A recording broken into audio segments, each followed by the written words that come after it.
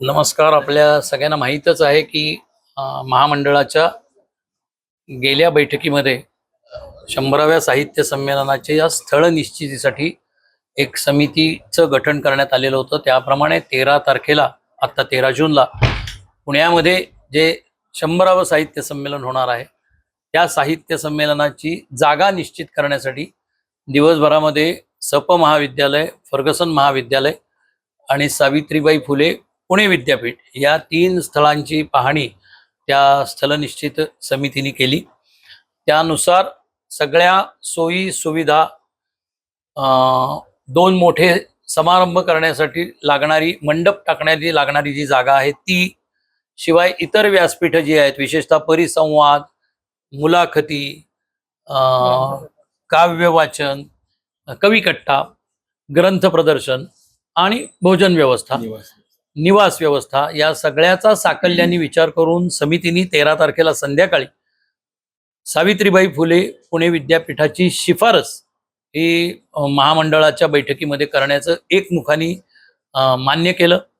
त्यानुसार आजच्या महामंडळाच्या बैठकीमध्ये या तिन्ही जागांपैकी सावित्रीबाई फुले पुणे विद्यापीठ या जागेची शिफारस स्थळ समितीने केली, स्थळ निश्चित समितीने, आणि महामंडळाने त्याच्यावर एकमताने शिक्कामोर्तब केला. सो आता 100वं अखिल भारतीय मराठी साहित्य संमेलन पुणे येथे सावित्रीबाई फुले पुणे विद्यापीठ या प्रांगणामध्ये होणार आहे. आणि त्याचप्रमाणे संमेलनाच्या तारखा निश्चित झाल्या.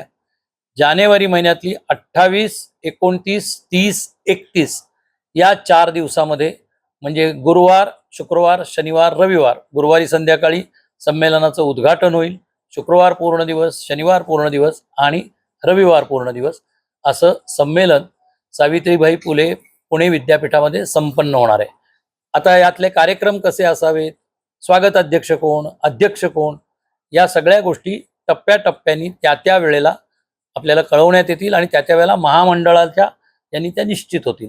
त्याचप्रमाणे आज आपल्याबरोबर राजेशजी पण आहेत. समर्थ युवा फाउंडेशन हे या संमेलनाचं संयोजन करणार आहे. खूप जणांचं असं हे असतं, संयोजन, सहसंयोजन, आयोजन, तसं नाही.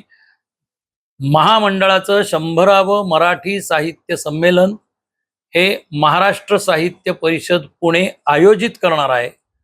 आणि समर्थ युवा फाउंडेशन, ज्यांनी समर्थपणे पुणे पुस्तक महोत्सव गेली 5 वर्ष अतिशय उत्तम पद्धतीने आयोजित केलेला आहे, ते हे संमेलन संयोजित करणार आहेत. धन्यवाद.